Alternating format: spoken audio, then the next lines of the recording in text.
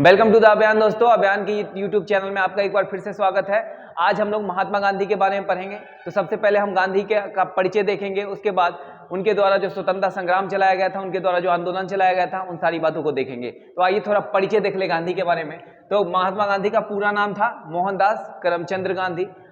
अब इनका जन्म कहाँ हुआ था? 2 अक्टूबर 1869 को होता है। पोरबंदर जगह का नाम है, ये गुजरात में पड़ता है, गुजरात। इनके पिता करमचंद गांधी थे। करमचंद गांधी पोरबंदर के दीवान थे, मतलब टैक्स कलेक्ट किया करते थे। उसके बाद उनकी माता का नाम पुतलीबाई था, उनकी पत्नी का नाम कस्तूरबा गांधी था, और इनकी शादी जो है 13 वर्ष की अवस्था में हो जाती है। किसकी? गांधी की। और कस्तूरबा गांधी का उम्र कितना था? 14 साल, 1 साल बड़ी थी।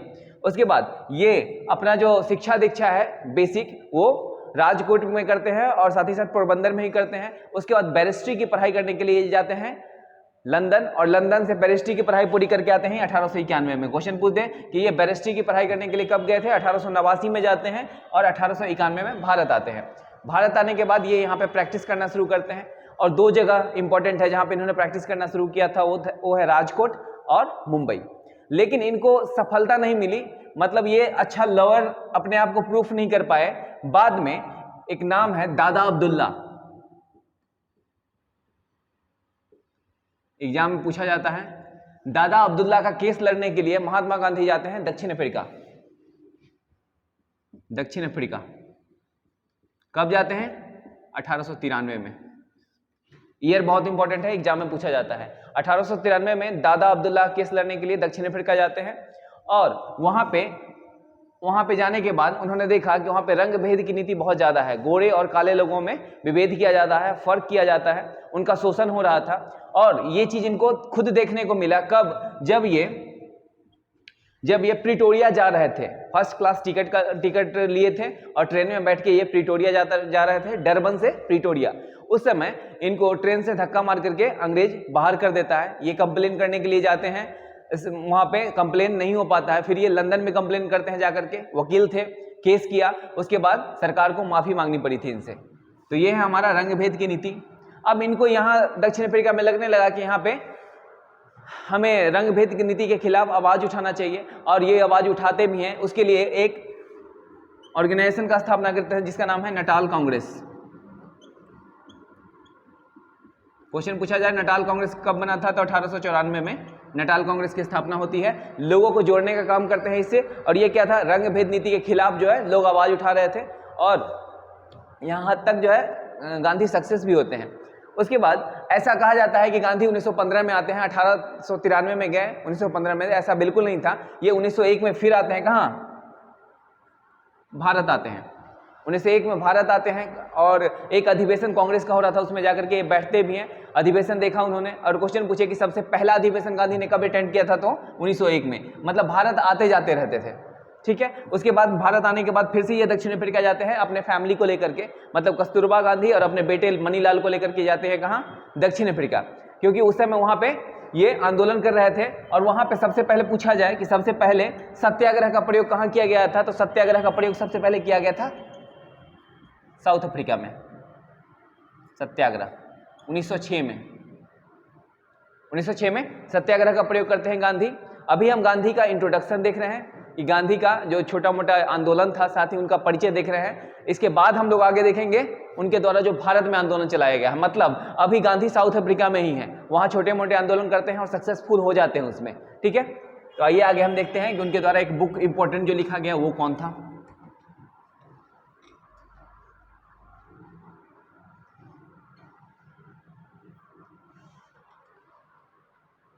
एक बुक लिखते हैं ये 1903 में। एग्जाम के लिए बहुत इंपॉर्टेंट है। किस तरीके से क्वेश्चन पूछा जाता है वो भी हम बताएंगे। 1903 में लिखते हैं इंडियन ओपिनियन। इंडियन ओपिनियन पूछा जाए किसने लिखा था? तो गांधी ने लिखा था। घुमा के क्वेश्चन पूछेगा तो कैसे पूछेगा कि महात्मा गांधी के द्वारा साउथ अफ्रीका में कौन सा बुक लिखा गया था? तो इंडियन ओपिनियन है, ठीक है। 1903 में लिखते हैं। एक और इंपॉर्टेंट बुक है हिंद स्वराज, 1909 में। हिंद स्वराज 1909 में, यह भी गांधी लिखते हैं। ये स्पेशल इसलिए हो जा रहा है क्योंकि 1909 में जब ये लंदन से साउथ अफ्रीका लौट रहे थे तो जहाज में इन्होंने लिखा था। कौन? ऊपर उड़ने वाला नहीं, पानी में चलने वाला, ठीक है, वहां पे इन्होंने लिखा था। कौन? हिंद स्वराज। हिंद स्वराज कब लिखा गया? 1909 में लिखा गया, जबकि 1903 में इंडियन ओपिनियन लिखा जाता है। दो बुक उस समय का इंपॉर्टेंट है। फिर भारत आते हैं तो फिर बाद में हरिजन पत्रिका निकालते हैं, ये सब हम आगे देखेंगे, ठीक है। अभी तक गांधी जी आए नहीं है भारत।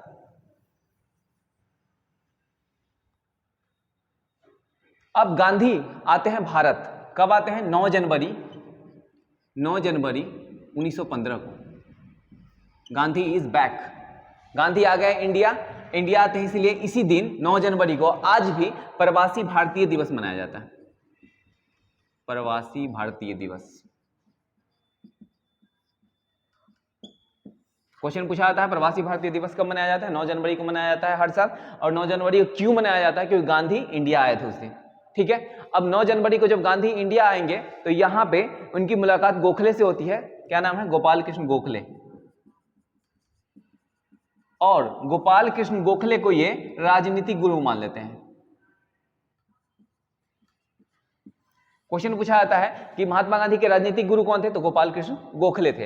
अब गोखले गुरु हैं तो ये जो कहेंगे गांधी वो करेंगे, और करते भी हैं। इनको गोखले बोलते हैं कि आप सिर्फ 1 साल के लिए पूरे भारत की यात्रा करें, हर स्टेट में जाए और देखें कि यहाँ के किसानों का किस तरह शोषण हो रहा है, अंग्रेज किस तरह से अत्याचार कर रहे हैं, मजदूरों की स्थिति क्या है, इस देश का विकास कैसे किया जा सकता है, आजादी में आजादी कैसे मिलेगा भारत को, इन सारी समस्याओं को देखने के लिए ये भारत की यात्रा पर निकलते हैं और 1 साल तक पूरा भारत घूमते हैं।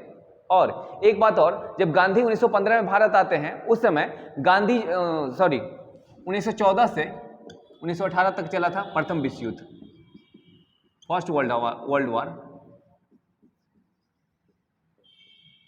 और गांधी का मानना ये था कि प्रथम विश्व युद्ध में अगर ब्रिटिशर्स की मदद हम भारतीय करते हैं तो ब्रिटिशर क्या है, हमें आजादी दे देगा। और इस सोच के साथ गांधी यहाँ के लोगों को प्रेरित किया कि आप सेना में भर्ती होइए, और सेना में भर्ती कराने का काम किया, लोगों को फोर्सफुली कराया। और इसीलिए इसको यहाँ पे लोगों ने भर्ती करने वाला सार्जेंट नाम दिया। ये आपके एग्जाम में पूछा गया है कि भर्ती करने वाला सार्जेंट किसे कहा जाता है, तो गांधी को कहा जाता है।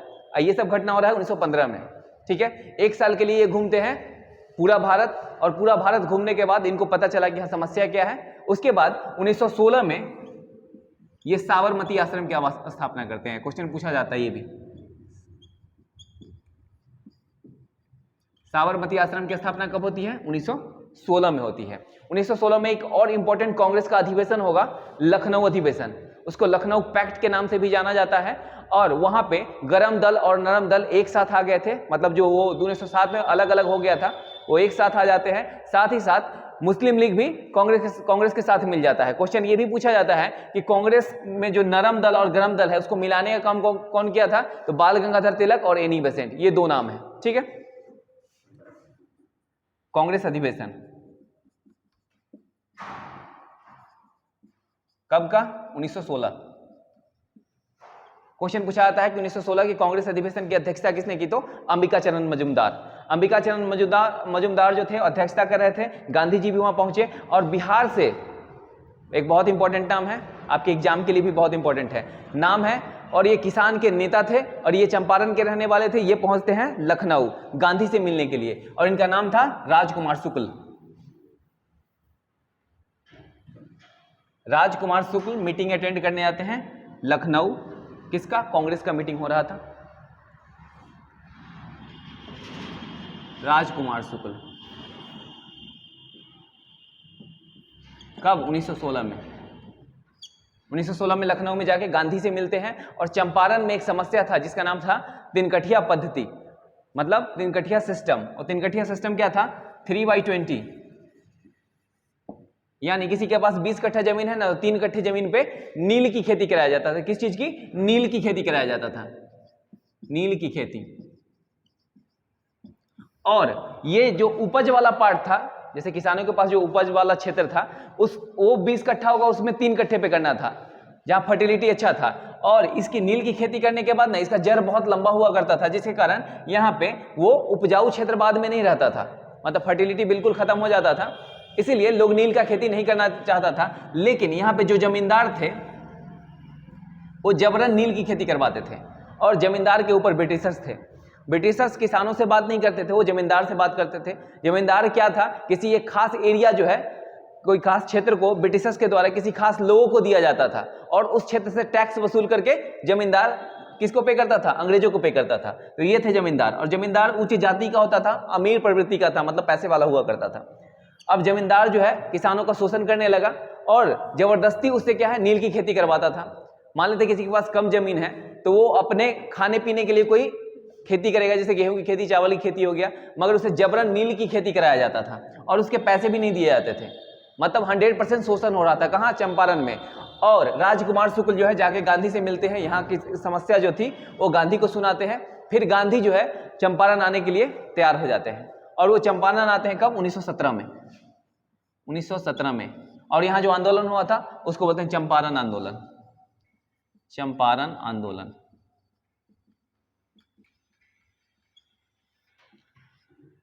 चंपारण मोतिहारी में पड़ता है। 1917 में ये गांधी पहुंचते हैं। अब चंपारण आते हैं गांधी 1917 में, साथ में राजेंद्र प्रसाद भी थे। और चंपारण पहुंचने के बाद इनको पता चला कि धारा 144 लागू हो चुका है। क्या था, 144 लागू किया गया था पूरे चंपारण में, और आदेश था कि अरेस्ट कर लिया जाए गांधी को। अगर लीडर को ही अरेस्ट कर लेंगे तो काम आसान हो जाता, लेकिन अरेस्ट नहीं कर पाए थे क्योंकि ये पढ़े लिखे इंसान थे। अब ये जाते हैं वहाँ के कलेक्टर के पास, और कलेक्टर के पास जो समस्या था उसको रखने का प्रयास करते हैं। और उस समय ये था कि 2 घंटे तक आपको समय दिया जाता था कि 2 घंटा किसान अपना आके समस्या रखेगा, बाद बाकी बहुत पीटा जाता था। एग्जाम्पल सेट किया जाता, चौराहे पे लटका के पीटा जाता था उसको, उसके परिवार वाले को। और अगर एक को पीटेंगे तो 10 उससे डरेगा, एकदम पूरा धमका के रखे हुआ था। कौन, ब्रिटिशर्स और जमींदार। गांधी जाकर के वहां पे इनको पता था कि धरना देना जो है सो अलाउ है, ये मेरा अधिकार है, और ये बात कलेक्टर को समझाते हैं। कलेक्टर को लगा कि ये पढ़ा लिखा इंसान है, उसके बाद इनको अलाउ किया धरना देने के लिए, और धरना ये देते हैं। उसके बाद इनकी डिमांड को पूरा किया जाता है। 3 कठिया सिस्टम जो था ना, 3 कठिया पद्धति, इसको समाप्त कर दिया गया। किसके, कौन कराते हैं, गांधी कराते हैं और चंपारण में कराते हैं। चंपारण आंदोलन सबसे पहला आंदोलन था गांधी का भारत में। क्वेश्चन पूछा जाता है कि सत्याग्रह का प्रथम प्रयोग भारत में कब किया गया, तो ये चंपारण आंदोलन के द्वारा किया गया। चंपारण आंदोलन। चंपारण आंदोलन क्यों किया गया था, नील की खेती के लिए। 3 कठिया पद्धति था, इसको समाप्त करने के लिए किया गया था। और जो जमींदार जमीन नहीं दे रहे थे किसको, किसानों को, वो जमींदार वापस कर देता है जमीन, और साथ ही साथ ये सिस्टम भी खत्म हो जाता है। मतलब पहला आंदोलन जो था चंपारण आंदोलन, वो सक्सेसफुल रहा गांधी का। अब पूरे देश में गांधी का नाम होने लगा, गांधी धीरे धीरे ऊपर उठने लगे। अब लोगों को पता चलने लगा कि कोई एक आदमी आया है पतला दुबला सा, जो हमारे लिए आवाज उठा रहा है और ब्रिटिशर्स को झुका दिया है। पहले ब्रिटिशर्स को सब मानते थे कि वो किसी से हारेगा नहीं, किसी की बात नहीं सुनेगा। ऐसा था भी, बहुत पीटता था यहाँ के लोगों को। एक तो शोषण भी करता था, ऊपर से आवाज उठाने पे पीटता भी था। गांधी पढ़े लिखे इंसान, बैरिस्टर थे। अब ये जाकर के वहां के कलेक्टर को झुका देते हैं। अब वो समझ गया कि पढ़ा लिखा इंसान है, बात नहीं मानेगा, तो लोग इनके साथ जुड़ते चले गए। हम और आप मोहल्ला में 10 लोग इकट्ठा नहीं करेंगे, पूरा देश को इकट्ठा कर लेते। गांधी ये आदमी है, लोग बाबा बुलाता था इनको, है ना। और चंपारण को ये भी क्वेश्चन पूछा जाता है, चंपारण आंदोलन जब सफल हुआ उसी दौरान रविंद्रनाथ टैगोर ने इन्हें महात्मा की उपाधि दी। रविंद्रनाथ टैगोर क्या बुलाएं, महात्मा, महात्मा की उपाधि दी। ठीक है, इनका नाम क्या था, मोहनदास करमचंद गांधी। हम लोग महात्मा गांधी बुलाते हैं, तो ये महात्मा की उपाधि कौन दिया था, रविंद्रनाथ टैगोर ने दिया था। ठीक है, कब, 1917 चंपारण आंदोलन जब सक्सेसफुल हुआ उसके बाद। ठीक है, आगे हम लोग देखते हैं।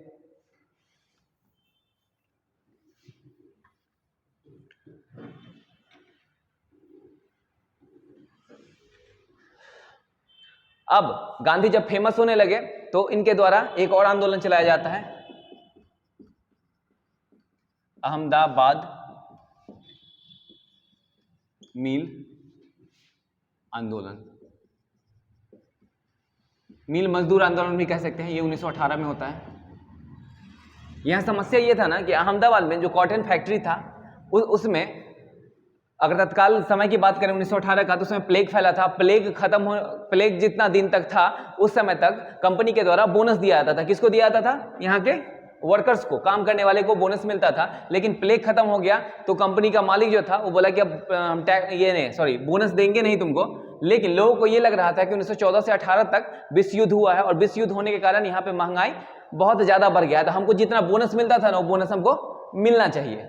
और इसके लिए ये जाके गांधी को बुला के ले आता है। गांधी साबरमती आश्रम की स्थापना किया, वहां पे रहा करते थे, जिनको जो समस्या लगता था गांधी को सुनाते थे। अब गांधी को अहमदाबाद बुला के ले गया और समस्या ये था कि इसको बोनस चाहिए था। गांधी वहां अनशन पर बैठ गए और बोले कि हम खाना पीना छोड़ देंगे और भूख हड़ताल किया। कहाँ? अहमदाबाद में। और भूख हड़ताल करने के बाद जो है सो फिर बाद में ये मान जाता है, कॉटन फैक्ट्री का जो मालिक था वो मान गया और वो तैयार हो गया इसको बोनस देने के लिए। मतलब इनका जो पैसा मिल रहा था वो पैसा फिर से मिलना शुरू हो गया। किसका? वर्कर का, मजदूरों का। एक और आंदोलन सक्सेसफुल हुआ। उसके बाद एक और आंदोलन होता है जो इंपॉर्टेंट है, खेरा। खेरा आंदोलन, खेरा जगह का नाम है। यहां क्या समस्या था? खेरा में किसान जो था ना, किसान का आंदोलन था ये। किसान का फसल हो जाता है पूरा नष्ट, और फसल नष्ट हो जाने के बावजूद भी सरकार टैक्स के लिए बोल रहा था, मतलब टैक्स जमा करने के लिए बोल रहा था। अब किसान टैक्स कहां से दे? इसका फसल ही नष्ट हो चुका है। फिर ये गांधी के पास जाते हैं, अपनी समस्या को सुनाते हैं और गांधी फिर से सत्याग्रह को लेकर के यहाँ आते हैं। और गांधी यहाँ पे एक और आंदोलन करते हैं जिसका नाम था खेरा आंदोलन। खेरा जगह का नाम है, वहां किसान के लिए आंदोलन किया गया था और यहाँ पे इनका टैक्स माफ कर दिया जाता है गांधी के द्वारा। तो लगातार 3 आंदोलन को इन्होंने सक्सेसफुल बनाया और पूरे देश में जो है सो गांधी का एकदम डंका बजने लगा। गांधी फेमस हो चुके थे। कब? 15 में आ रहे हैं, 16, 17 और 18 तक फेमस हो चुके थे गांधी। तो हम लोगों ने आज देखा चंपारण। सबसे पहले तो हम लोग परिचय देखें, उसके बाद देखें हम लोग चंपारण आंदोलन। चंपारण आंदोलन के बाद हम लोगों ने देखा अहमदाबाद मिल आंदोलन, मिल मजदूर आंदोलन बोलते हैं। उसके बाद खेरा आंदोलन देखें। ठीक है, तो यहां तक गांधी का हम लोगों ने परिचय देखा। आगे जो हम लोग नेक्स्ट वीडियो में देखेंगे वो गांधी युग देखेंगे, और गांधी युग की शुरुआत 1919 से 1947 तक होता है, और उसको देखेंगे और शुरुआत करेंगे हम लोग नॉन कॉपरेशन मूवमेंट एंड खिलाफत आंदोलन। ये दोनों एक ही साथ हुआ था, और देखेंगे कि गांधी इसमें कैसे योगदान देते हैं, गांधी ने कैसे पूरे देश को एक किया, और 1947 से हमारा भारत देश आजाद हुआ गांधी के बलबूते पे। तो इसको देखेंगे हम लोग अगले वीडियो में। आज भर इतना ही, फिर मिलते हैं नेक्स्ट वीडियो में। All the best and thank you.